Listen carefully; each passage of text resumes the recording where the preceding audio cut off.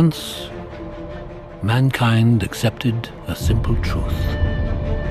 There are relics that predate the universe itself, an ancient force of infinite destruction. The Tesseract was the jewel of Odin's treasure room. Legend tells us one thing, history another. But every now and then we find something that belongs to both. There were 6 singularities. Then the universe exploded into existence, and the remnants of these systems were forged into concentrated ingots. Infinity stones. These stones, it seems, can mow down entire civilizations like wheat in a field. The Mind Stone is the 4th of the Infinity Stones to show up in the last few years. Someone has been playing an intricate game. You think you can find out what's coming? I do. Humans. They are not the cowering wretches we were promised. To challenge them is to court death.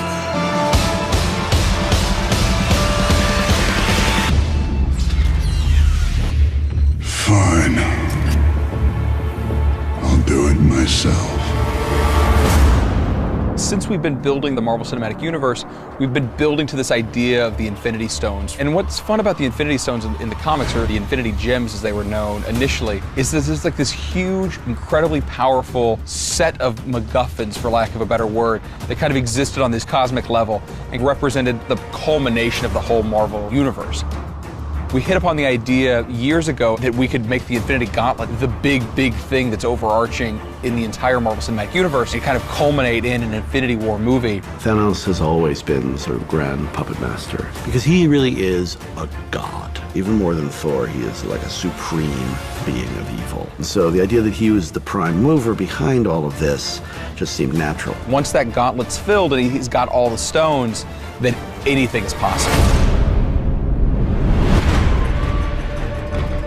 In the comics, you know, traditionally there have been 6 stones, and the first of them is the Space Stone, and it kind of allows interdimensional space travel to happen. And so in the movie universe, we made the Space Stone the Tesseract, which is a MacGuffin that's been with us since Captain America. We knew that it had cosmic origins, and up to that point, the only cosmic element that we've introduced is Thor, is Asgard, is the 9 realms. So we started saying, what if that's where it came from? So we added sort of a Norse overlay mythology to it. And we tracked that Tesseract through World War II to where it rests at the bottom of the ocean.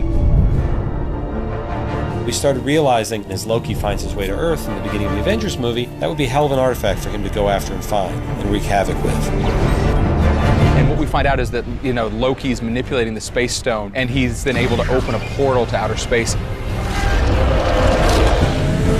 At the end of the movie, the Tesseract is taken back to Asgard and put in Odin's treasure room. In Thor: The Dark World, we have the ether that ends up becoming the Reality Stone. While the other relics often appear as stones, the ether is fluid and ever-changing. It changes matter into dark matter. It's one of the most dangerous and threatening things they've ever come across, and honestly, it could consume the universe. Have you come to witness the end of your universe? I've come to accept your surrender.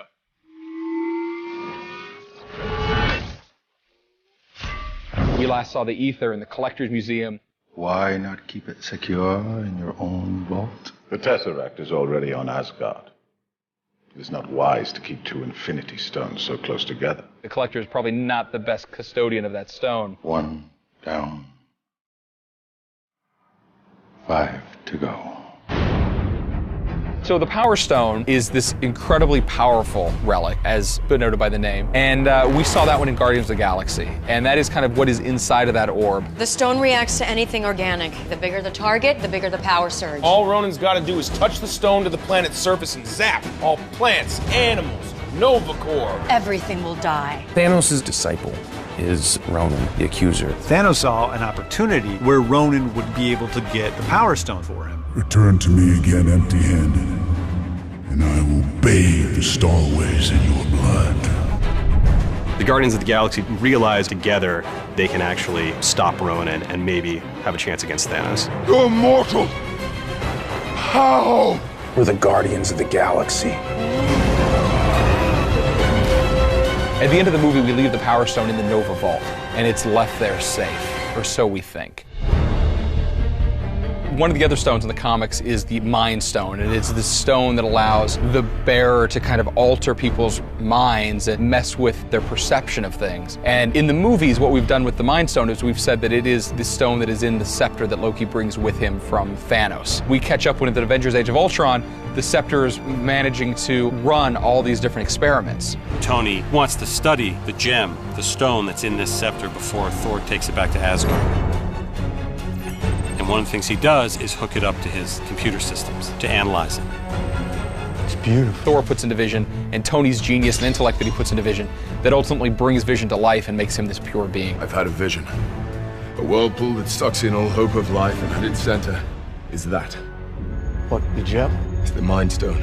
It's one of the 6 Infinity Stones, the greatest power in the universe, unparalleled in its destructive capabilities. Those are all the stones that we've revealed so far. And so we've been keeping track of them in all the course of all these different films, and Thanos has been keeping track of all of it this whole time as well.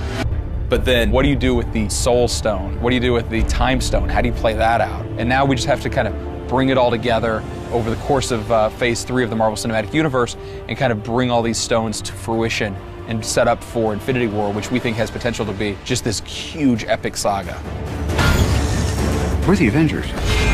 We can bust arms dealers all the livelong day, but that up there, that's the end game.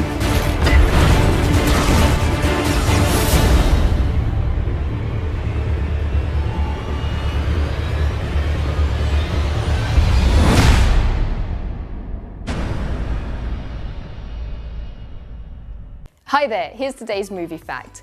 In Avengers Age of Ultron, Scarlett Johansson was actually pregnant and had multiple stunt doubles to cover up her pregnancy.